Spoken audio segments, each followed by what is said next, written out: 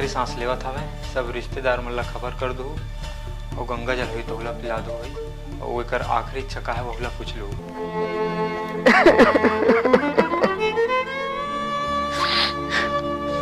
आखिरी इच्छा का हुई दाई का आखिरी इच्छा?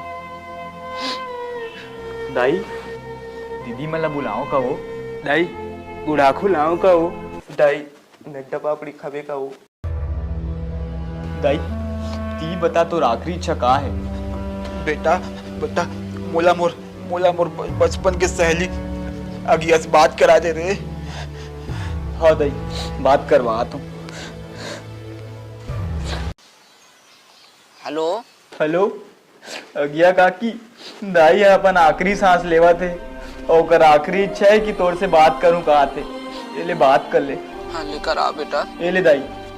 हेलो हेलो अगिया अगिया बोल ना वो संतोषी मोर बहनी मोर नानपन के संगवारी मोल ले पहली जावा था सो। हाँ बोल ना बहनी सुनत हो वो। हमारे गले साग लेके रस्ते कटोरी ला दे बे यार।